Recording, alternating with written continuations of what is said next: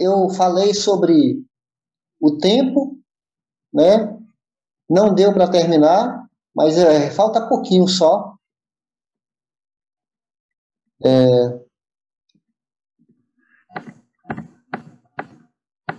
Mais para cima ainda, Disseu. Você fala sobre o tempo? Mais para isso vai retornando aí, vai retornando, porque talento é depois. É antes disso aí. É para cima. Aí, Disseu. Então, aí é só para recordar, tá, pessoal? Essa ampulheta fala que cada cristão é responsável pela boa administração do seu tempo, ok? Então, vamos avançando.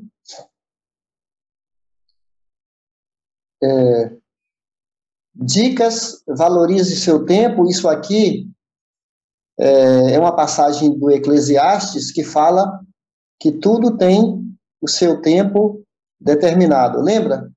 Há tempo de abraçar, tempo de separar de abraçar. Isso tem muito a ver com a pandemia, né? Tempo de carregar pedra, tempo de ajuntar pedra, tempo de morrer, tempo de viver. Tem uma série de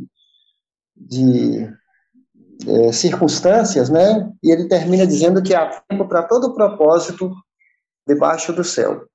Como é um texto longo, eu não vou ler, mas todo mundo tem as 24 horas, né? E há tempo para tudo, conforme a palavra de Deus.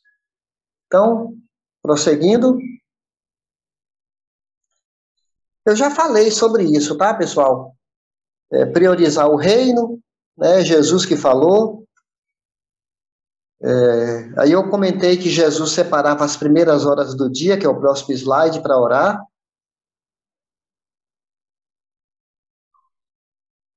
Esse texto fala que Jesus levantava que horas, pessoal? 10 horas da manhã? Meio-dia? Que horas?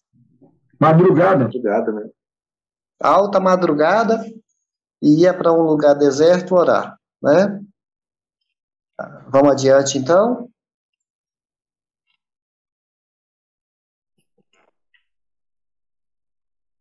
Culto doméstico, para todos nós. Se você não tem filhos, ter um tempo de oração com a esposa, isso é priorizar o reino. Se você tem filhos, essa passagem é aquela famosa passagem que todo judeu procura lembrar os filhos, e fala aqui que para você instruir seus filhos,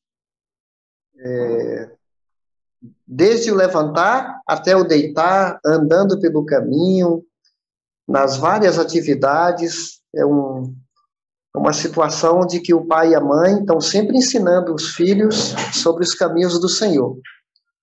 E o culto doméstico é muito importante também, porque a família para orar, para cada um compartilhar pedido de oração, compartilhar uma verdade da Bíblia. Eu costumo fazer isso com meus filhos. Eu peço para cada um deles contar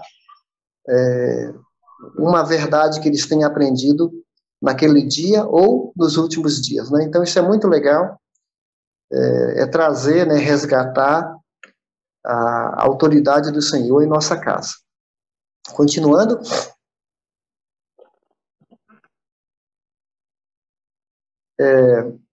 Viva a sua missão, né? Então, aqui tem a ver com priorizar, dentro do tempo, o PG, e o que eu faço no PG, o que eu faço fora do PG. Porque esse Atos 20:20 é aquela declaração de Paulo: eu nunca deixei de anunciar algo proveitoso, tanto publicamente quanto de casa em casa. Também, pode dar mais um clique aí, Disseu? Mais um.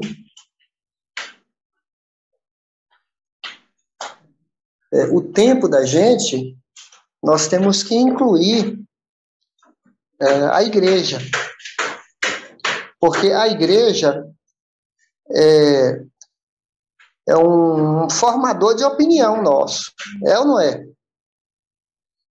Vocês sabem que tem vários formadores de opinião, né?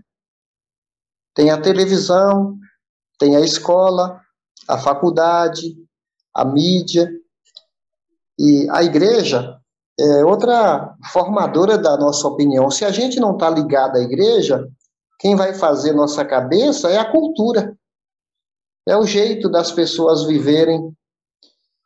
Vocês não, que vocês são jovens aí, todo mundo é novo, o Eduardo Gatti aí é um garotão, mas eu, que tenho uma certa idade... Obrigado, pastor, obrigado.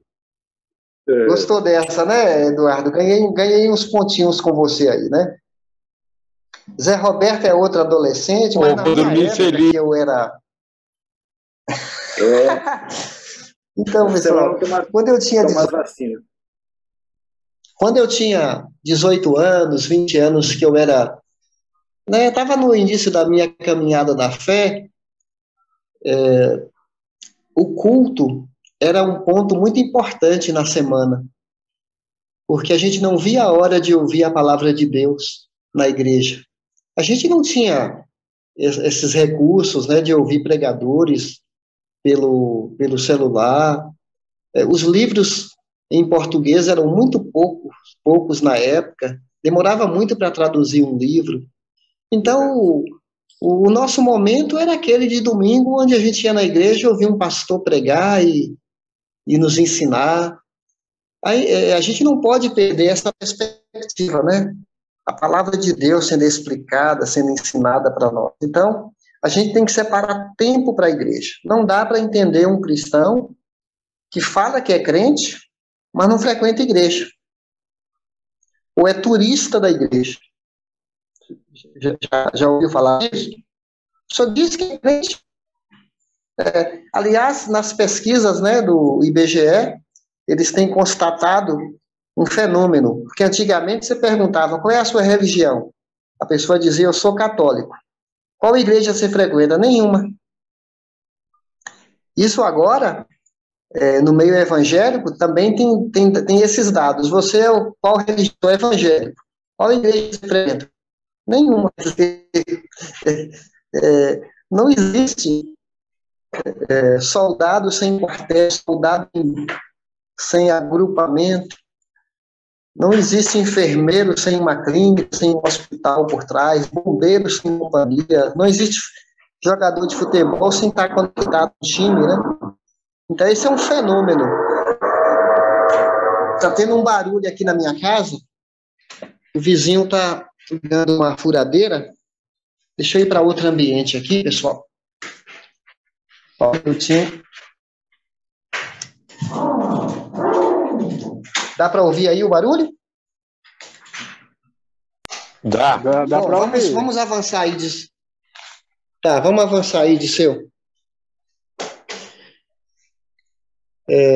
Próximo slide fala do planejamento, né? A gente planejar nossas atividades de modo que igreja, PG,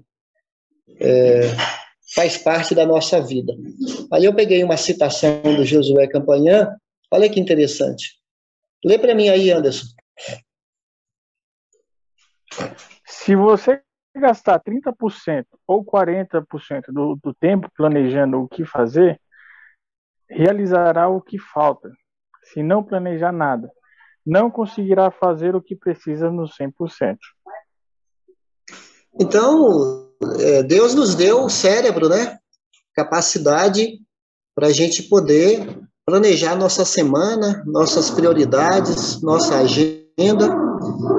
E parece que quando você está planejando, está perdendo tempo, mas, pelo contrário, é igual dinheiro. Se você não planejar o dinheiro, né, esvai do nosso controle. Assim é com o tempo também. Todo mundo tem a mesma quantidade de tempo, 24 horas, e a gente precisa planejar. Então, a gente está falando de tempo. Efésios fala para a gente remir o tempo, resgatar o tempo, aproveitar bem o tempo. Às vezes eu leio a Bíblia enquanto tomo café de manhã, aí eu ligo esse fone de ouvido e estou lendo, ouvindo a palavra de Deus, enquanto eu estou tomando café, ou ouço uma pregação também, uma devocional. São alternativas para a gente estar focado nas coisas do reino, né? Então, vamos mais para frente. Cuidado com as futilidades na administração do tempo, né? Quem trabalha a sua terra terá fartura de alimento, mas quem vai atrás de fantasias não tem juízo. Se Salomão tivesse nos nossos dias, ele diria assim, quem vive atrás de Instagram, quem passa o dia inteiro nas mídias, não tem juízo.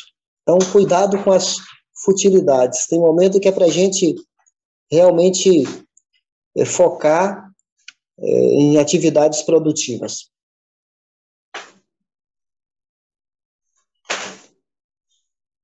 Vamos lá? Vamos entrar agora no talento.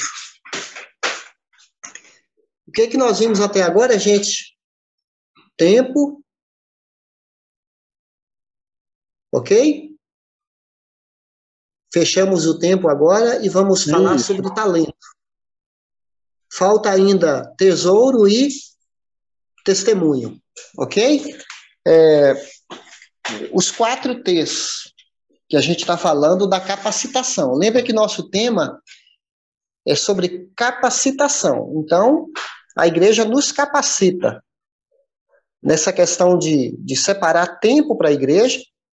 Talento tem a ver com o nosso serviço. É porque a gente usa a letra T, mas é a mesma coisa que serviço, tá?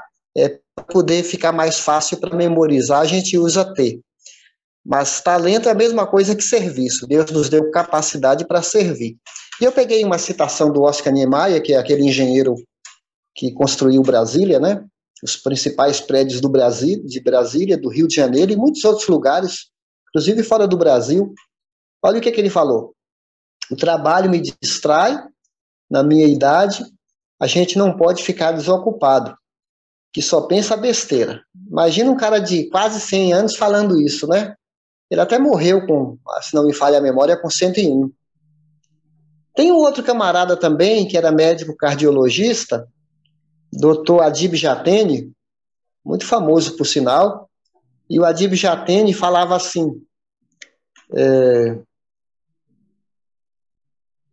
o trabalho não mata ninguém. O que mata a gente é a raiva. Ele estava certo. Então, tem gente que morre de raiva, mas não morre de trabalhar. Então, a palavra de Deus, ela não incentiva a preguiça. Verdade ou não?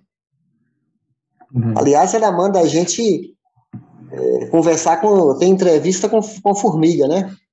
Que a formiga é uma grande operária, grande trabalhadeira, então o Provérbios fala, vai ter com a formiga preguiçoso, vai aprender, vai fazer alguma coisa.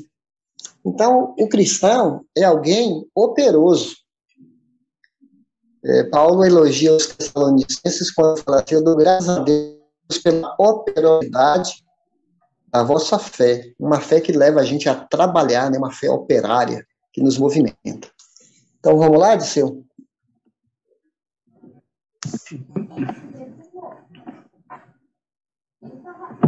Alguém pode ler para mim a próxima frase aí? Complete. A Igreja de Jesus não é uma prestadora de serviços, mas uma geradora de oportunidade para cada um de nós aprender a servir a Deus ao amar e cuidar das pessoas. Mano Eduardo Gates, o que você entendeu aí? É que quando a gente vai à igreja, né, a gente está servindo e aprendendo como Deus procedeu, o que Ele quer, como a gente deve ser, e não ir lá só para pedir, Deus me ajuda, Deus faz isso, Deus eu quero isso, Deus eu quero aquilo, eu preciso disso, preciso daquilo. Falei besteira ou tá certo? É isso mesmo? Sabe de uma coisa, Disseu? A gente tem poucos alunos aqui, mas são alunos bons, viu? Os meninos estão bons, Disseu. Estão acertando sempre. É isso mesmo, Eduardo. Mesmo. Deus tá investindo muito em nós, investindo em conhecimento, preparo, porque Deus tem planos, né? Ele investiu pesado, né? Ele morreu por nós, ele está vivo. E tem muitas portas abertas que ele quer nos usar. Infelizmente, às vezes a gente não colabora muito, a gente não tem aquela ousadia, aquela disposição. Deus está falando, vai, vai, vai, vai. É igual Moisés, quando estava lá. Para trás tinha egípcio, de um lado montanha, do outro lado montanha, para frente tinha o mar. Vai para frente, Moisés. Mas, Senhor, o que eu faço? Eu não estou mandando ir para frente. A gente tem que pôr o pé na água para Deus abrir. Se ficar só olhando o mar, a gente não sai do lugar, não é isso? Então, a igreja é um lugar de treinar, gente. A Bíblia é um livro assim, para frente.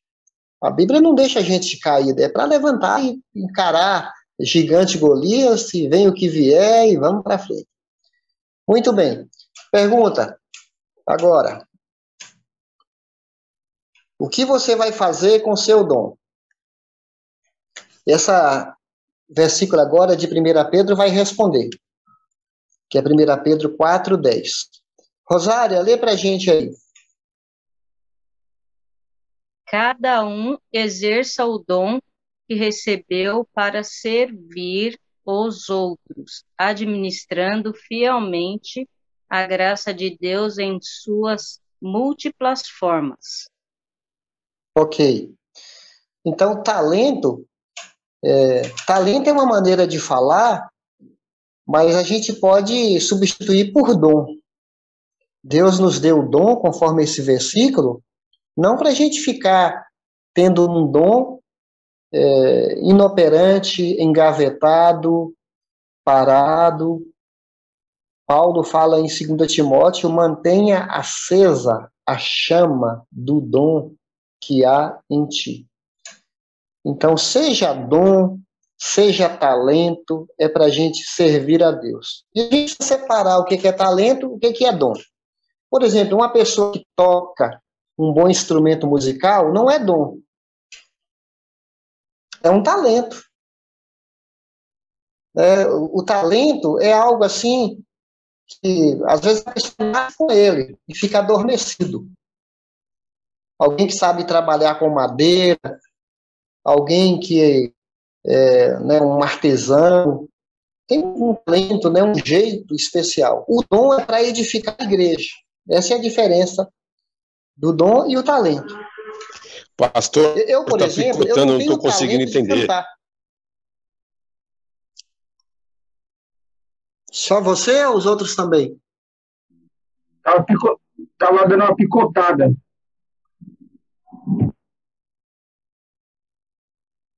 Ok, eu vou continuar falando. Se acontecer de novo, eu vou mudar a internet aqui. Tá ouvindo?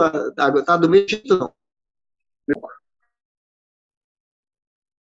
Melhorou? Ok, pessoal, eu estava dizendo que eu não tenho a capacidade de cantar. Aí você fala assim, pastor, mesmo que eu faça cursos e cursos, eu sinto que isso eu não tenho. Ok? A minha filha já tem o talento. A minha filha já tem o talento para cantar. É algo que ela faz com facilidade. Eu não tenho, e mesmo que eu desenvolva, eu tenho, a minha voz é fraca, é baixa. Estou falando de talento. Não é um dom, é um talento. Dom espiritual a gente ganha quando a gente se converte. E cada um de nós, Deus dá um dom, ou dois, ou até mais. Mas geralmente tem um dom que é predominante.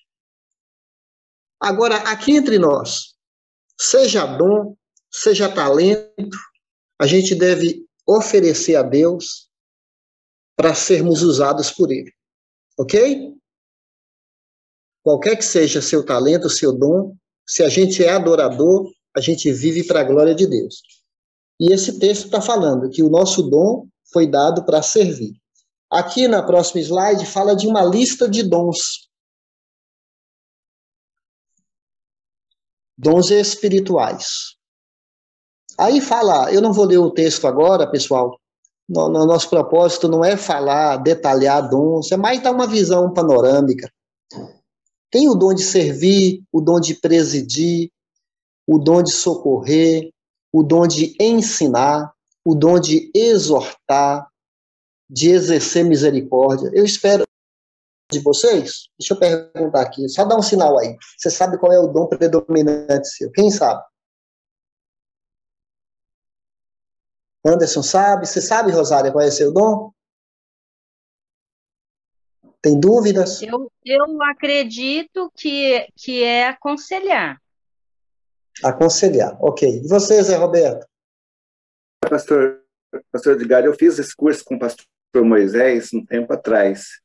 O meu era de, assim, orar, contribuir, servir ao próximo, de, assim, dar o que tem, né?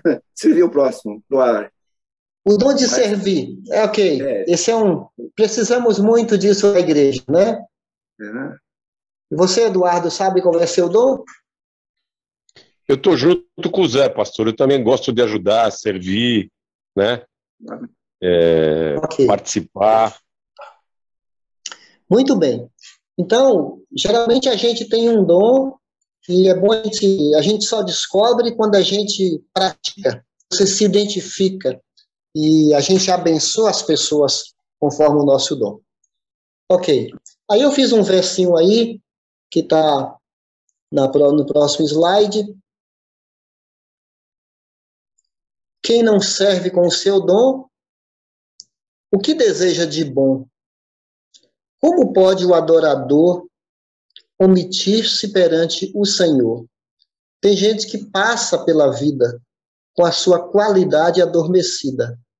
Como pode ser chamado de cristão se não serve aos outros para edificação? Beleza? Vamos em frente. Dá até para fazer um pagode aí, se alguém tem talento musical, eu libero aí os direitos autorais, o samba, ou qualquer estilo que você achar melhor aí. Ou um rap, né? Beleza, pessoal. Agora tem uma citação do Bill Hybels, que é um pastor muito conhecido nos Estados Unidos. Eu gosto muito dessa frase dele. Prefiro viver esgotado do que enferrujado. Verdade ou não? Vamos em frente. Ainda sobre talento, né? Quem falou isso, gente?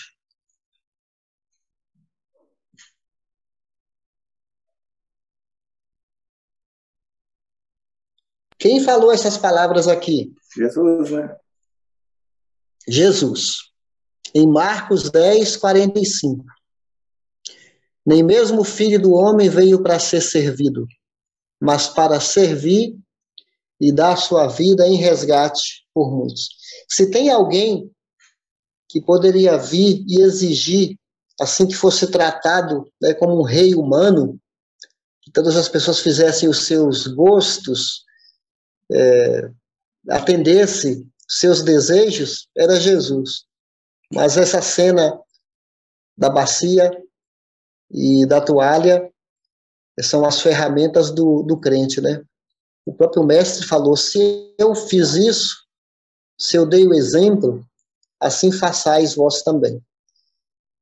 Eu lembro quando eu tinha 3 crianças pequenas, que eu voltava para casa, eu já voltava lembrando assim, a minha esposa precisa de mim. Eu não posso achar que eu vou voltar para casa para ficar de boa e ela me servir. Eu já voltava consciente de que eu tinha que ajudar, porque não era brincadeira, os 3 com diferenças pequenas entre um e outro, a demanda era grande, né? Então, mesmo nós maridos, seja a esposa, a gente tem que lembrar sempre, Jesus é nosso exemplo de serviço. Na igreja também. Nós estamos para servir. E muitas vezes a gente nem pode escolher serviço, né? Tem que fazer o serviço que precisa ser feito. Não é verdade? Porque limpar pé de pessoas, era escravo que fazia isso. Olha que atitude linda de Jesus, né?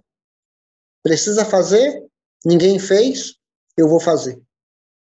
Então, Jesus nos inspira bastante nesse sentido.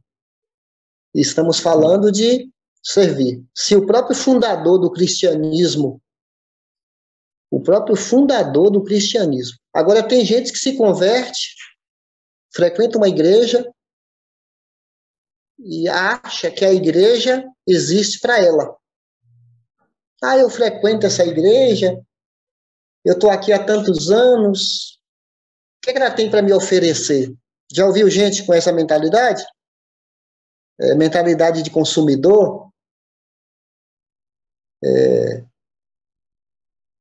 Então a gente tem que tomar cuidado com isso, porque às vezes a gente tem expectativas exageradas e a gente enxerga áreas, e se Deus te dá uma percepção de áreas da igreja que precisam melhorar, é porque você pode contribuir para melhorar, e não para ficar. Como aquela mulher que já contei numa pregação, ficou vários meses sem ir à igreja, aí um dia ela ligou para o pastor e falou, eu estou há 10 meses sem ir para a igreja, fiquei doente, ninguém veio me visitar. Aí o pastor falou para ela assim, puxa, irmã, nós não sabíamos que você estava doente. Nós não sabíamos. Não custava a senhora ter nos informado. E ela disse que tinha 10 anos que ela frequentava a igreja, né? Aí o pastor, eu não lembro agora quantos meses, se foram 6 meses ou 10 meses que ela ficou fora da igreja e ninguém a visitou. Aí o pastor falou assim, alguma vez a senhora já visitou alguém? Ela desligou o telefone. Quer dizer, tem muita gente que espera dos outros, mas na hora que os outros precisam, ela não se dispõe, mas para receber, ela está sempre queixando, né? A pergunta é, quem está geralmente servindo, ela nem fica preocupada em receber. Não é verdade? Geralmente quem queixa é quem está muito passivo, porque quando você está fazendo alguma coisa, já é uma terapia, você se sente realizado, você nem fica pensando nas suas carências quando a gente está em movimento. Então é isso, pessoal. Continuando aí,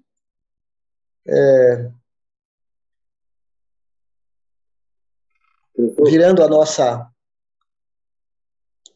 Vamos falar do tesouro agora, ok? Temos aí uns 20 minutos, só um minutinho.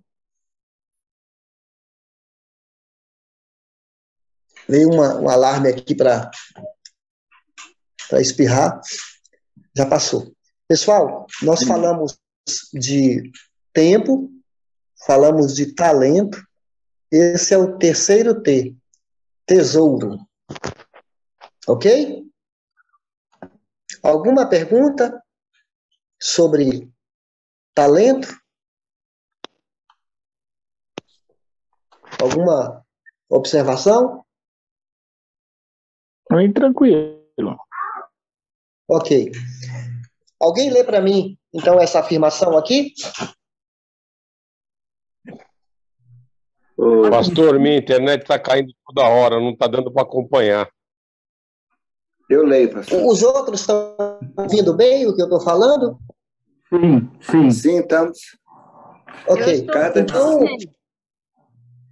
Então vou ler. Pode prosseguir. Cada discípulo de Jesus... Pode ler, Zé. Pode ler, Zé. Cada discípulo...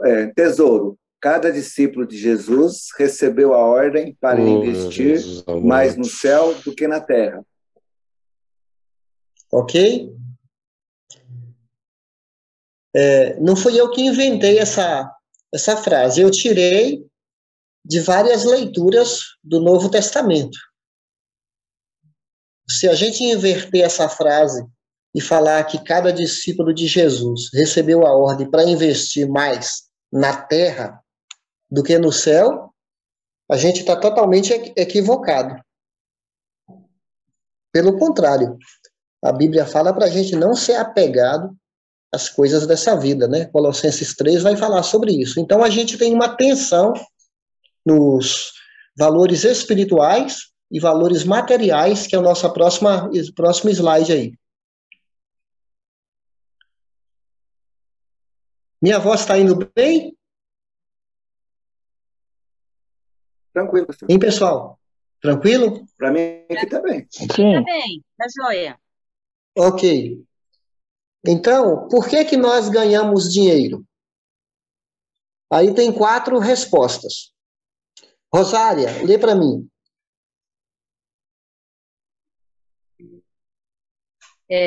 Por que ganhamos dinheiro? Contribuir na obra de Deus, sustentar a família, ajudar os necessitados e investimentos. Ok. Alguém quer acrescentar alguma coisa a mais? Está faltando alguma coisa nessa lista?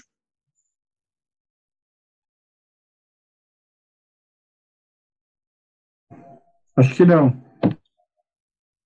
Parece que abrange tudo, não é? Eu coloquei a letra A, contribuir na obra de Deus, porque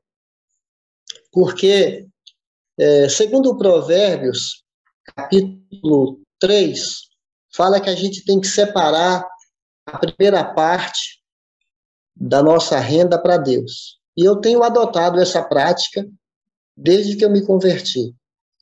Separar a parte para Deus. Que eu não posso mexer naquela parte, porque é consagrada a Deus. É como aquela árvore do Jardim do Éden, lembra? Deus falou que você poderia comer de tudo. Eu gosto dessa ilustração que a oferta, o dízimo, eu não posso mexer, porque é de Deus. Tudo é de Deus, né? O 100% é de Deus. Mas eu levo muito a sério de não tocar, não gastar o dinheiro que é de Deus. A gente vai ver aqui a diferença entre dízimos e ofertas. Mas primeiro tem que estar claro isso na nossa cabeça. O dinheiro que vem para mim não é meu.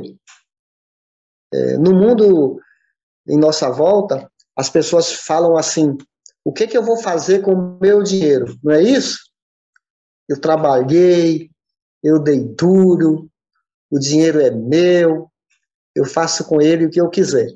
Já o cristão, o raciocínio é esse: o que eu vou fazer com o dinheiro de Deus que chegou às minhas mãos? É outra perspectiva, porque quem é dono é ele. Eu sou um administrador. Eu não sou dono do dinheiro, eu sou um administrador. Então, pessoal, vamos ver aqui a diferença entre dízimo e ofertas. Alguém lê para mim a definição aqui?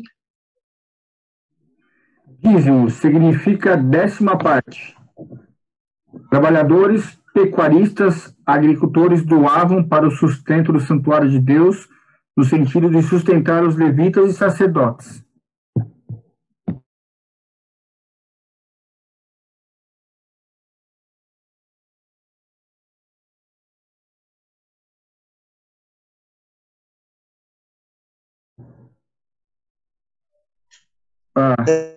Eu não sei se eu estava fechado o microfone. Alguém pode ler para mim Levíticos 27, 30 a 32? Graças a Deus.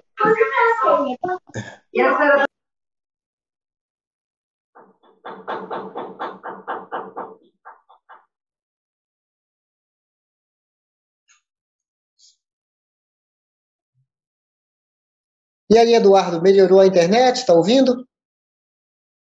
Agora melhorou, pastor, mas teve uns 5 minutos atrás que caía direto, caía, voltava, picotava o som, mas agora tá legal, agora tá bom. Ok. Beleza. Então, eu quero pedir para uma pessoa ler Levíticos 27, 30, 32, outra pessoa ler Números 18, 21, 24 e 28. Levítico eu leio aqui, pastor, pode ler? Pode. Levítico, 27, versículo 30. Todos os dízimos da terra, seja dos cereais, seja das frutas, das árvores, pertencem ao Senhor. São consagrados ao Senhor. Se um homem desejar resgatar parte do seu dízimo, terá que acrescentar 1/5 ao seu valor. O dízimo dos seus rebanhos e de cada 10 animais que passem debaixo da vara do pastor será consagrado ao Senhor. Então, Anderson, lê para mim a primeira frase de novo, do versículo 30. Ok. Todos os dízimos da terra, seja dos cereais, seja das frutas, das árvores, pertencem ao Senhor. Eu queria destacar isso aí, pessoal. Os dízimos pertencem ao Senhor. Nem é da igreja, não é da liderança, não é do pastor. Os dízimos são de Deus. Quando a gente dá, olha, muitos anos antes de eu ser pastor, seminarista, eu sempre entendi que quando eu estava dando na obra de Deus, eu estava dando para Deus aquele dinheiro. E eu sabia que a liderança um dia prestaria contas para Deus. Mas eu sempre entendi que era para Deus que eu estava doando. Isso nos ajuda a ter um coração mais tranquilo, né? Obviamente, a gente espera que a igreja preste contas, né? Para isso tem os relatórios financeiros e tudo mais. E é bom porque o coração do homem é enganoso, né? E precisa ter uma prestação de contas. No nosso caso, o pastor não administra o dinheiro da igreja. Tem os tesoureiros e a diretoria. Total de 10 pessoas que administram o dinheiro. É um grupo de pessoas. Então, a gente, quando vai comprar alguma coisa, quando vai fazer um investimento, a gente discute. No nosso estatuto, a diretoria tem autonomia para comprar, para contratar prestadores de serviços, fazer pagamentos e tudo mais. Ok? Alguém achou Neemias, melhor, Números 18, 21, 24 e 28? Eu achei aqui. Eu leio, pastor. Aos filhos de Levi, dei todos os dízimos em Israel, herança, pelo serviço que prestam, serviço de tenda da congregação. Aí 24. Porque então, é o 21, é o 24 e o 28. Tá, agora o 24. Porque os dízimos dos filhos de Israel, que apresentam ao Senhor em oferta, dei-os por herança aos levitas, porquanto ele lhes disse, no meio dos filhos de Israel, nenhuma herança terão. 28. Assim também apresentareis ao Senhor uma oferta de todos os vossos dízimos que receberdes dos filhos de Israel, e deles dareis a oferta do Senhor a Arão, o sacerdote.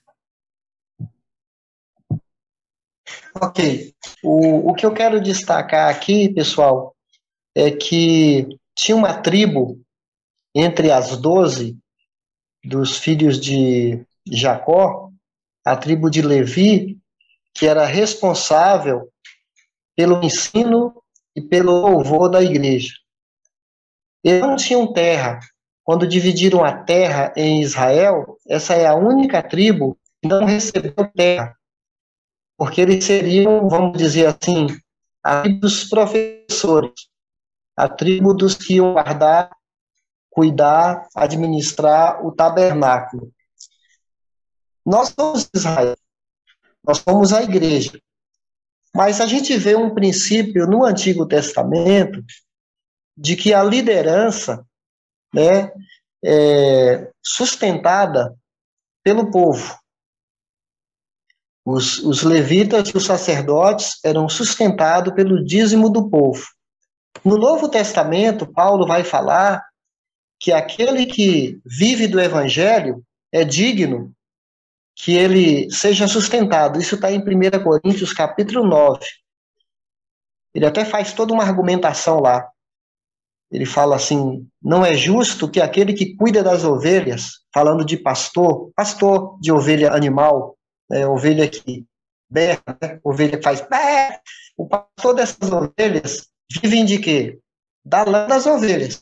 Então ele faz a argumentação, assim como o pastor de ovelha, rebanho, animal, vive da lã, o pastor espiritual que cuida de gente também vive da lã das ovelhas espirituais. Então, há um princípio no Antigo Testamento e do Novo que a liderança é sustentado pelo povo de Deus. Agora, note que esse versículo aí, que o Disseu leu, fala que os próprios levitas deveriam dar o dízimo também.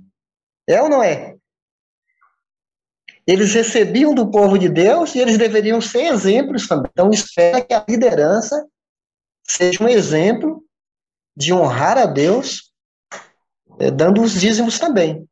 Então, eu espero vocês, já agora, enquanto servos de Deus, mesmo que tenham cargo ou não tenham cargo, que vocês sejam exemplos, porque se esperava isso do povo, muito mais dos líderes, é ou não é? Estão entendendo o raciocínio? Sim. Se espera do povo que o povo ofereça a Deus seus dízimos e suas ofertas, quanto mais dos líderes, né, que são exemplos também. Então vamos para frente. Eu peguei uma citação aí da revista Ultimato. É para frente, né, Disseu? Estou voltando para trás. Está voltando. Está voltando, Disseu. Tem uma citação aí. Disseu. Não, mas para mim tá aparecendo, para vocês não tá, não? Não. Não. Aparecendo os 4 T's. Está aparecendo o planejo. É que tá travado aí, Liceu. Peraí. E agora? Agora sim. É essa citação que eu quero, Disseu, depois do dízimo. Ultimato. Essa aí? Lembra aí, Zé Roberto. Essa capacidade maligna de transformar não é possível, a arte, caiu de novo. Não de acredito. dar, É assim mesmo. de dar, Todo mundo comigo. vou repetir, pastor. Essa capacidade maligna de transformar a arte, de dar em arte, de receber, está profanando e tornando antipática a palavra dízimo, de origem santa. Na revista Ultimato, 295, julho e agosto de 2005. Eu achei legal essa citação, porque ele acerta na mosca, né? Tem igrejas que transformam o dízimo em moeda de troca. Tem igreja que cobra isso das pessoas, ensinando que, por elas darem a Deus, Deus vai ter a obrigação de devolver para elas. Transformaram uma adoração num tipo de negócio com Deus, né? Eu dou a obrigação de dar. Então, muita gente é enganada nesse sentido, porque, na verdade, quando a gente doa para Deus, a gente adora sem esperar receber. Ele é bom, ele prometeu que vai nos amparar, mas a gente tem que cuidar com a nossa atitude de não achar que Deus precisa de dinheiro, que eu vou impressionar. É um gesto de amor. É mandamento. Eu entendo como mandamento, mas, como Jesus disse, os mandamentos do Senhor são pesados, e se vocês me amam, vocês guardarão os meus mandamentos. Então a gente deve doar por amor, e não pela lei. Até porque a gente tem que ultrapassar essa quantidade para a gente ir para frente. Então, vamos prosseguir.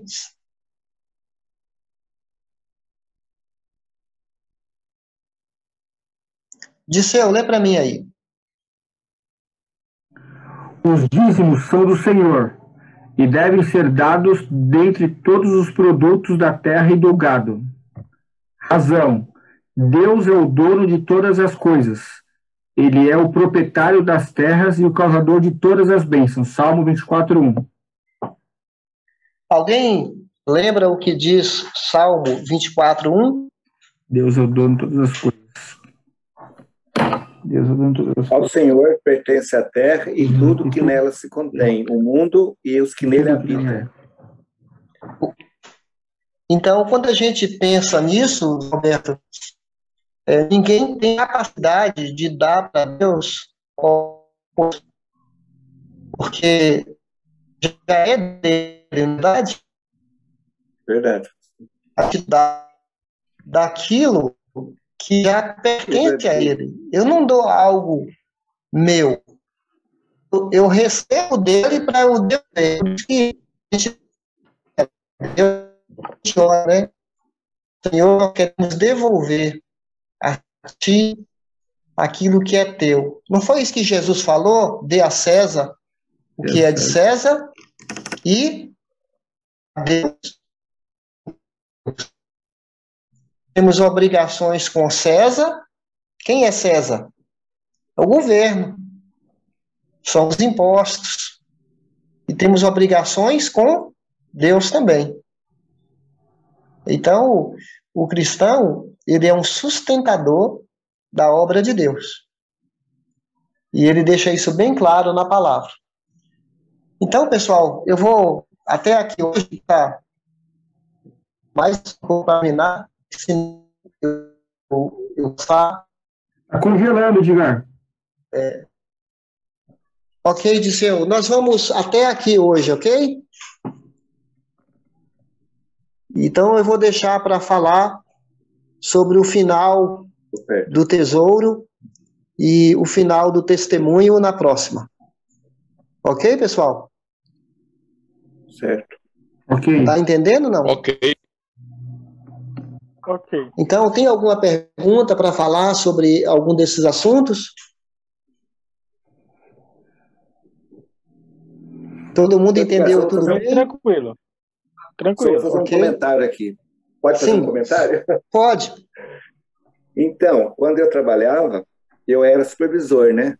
Aí eu tinha bem assim um rendimento bem maior, quase o dobro que eu recebo hoje, né? E na época já está um tempinho atrás, né?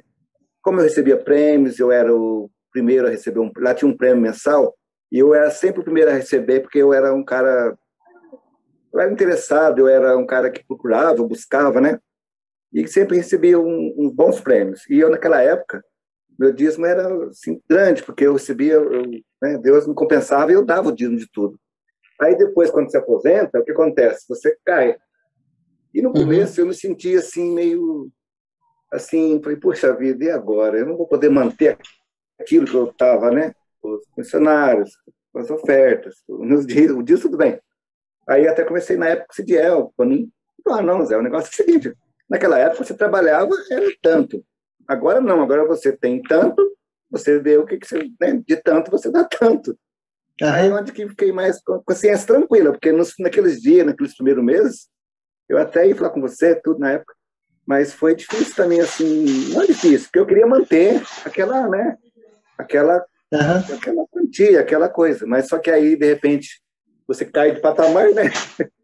Mas graças a Deus, né, eles me instruíram, e conforme a palavra de Deus fala, é aquilo que você falou aqui, né? É a 10ª parte. Né? A gente vai ver,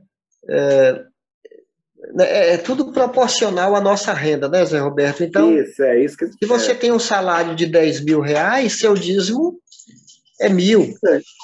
Se é 5, é 500 reais, né? Então, é natural, a sua renda caiu.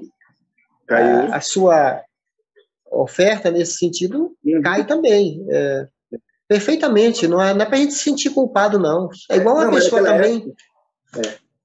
Então, naquela uma pessoa que... Pode ser. Uma pessoa que é prestador de serviço, vamos imaginar que entra na conta dela 20 mil reais todo mês, mas ela gasta 10 mil com mão de obra, com matéria-prima, ela não tem que dar o dízimo dos 20 mil, porque é o que vem para ela de bênção, de salário, que ela doa. Então, se ela é um prestador de serviço, apesar dela receber 20 mil, mas ela gasta 10 mil comprando matéria-prima, comprando equipamento, gastando. Então, o salário dela não é 20 mil, o salário dela nessa conta que eu estou fazendo aqui, é 10, né? Mesma coisa. Não tem que se sentir culpado. Eu só queria dizer isso porque, às vezes, tem pessoas aí da nossa classe que, às vezes, né, não entendem ou não sabem como é que funciona. Estou falando assim para citar um exemplo também, né?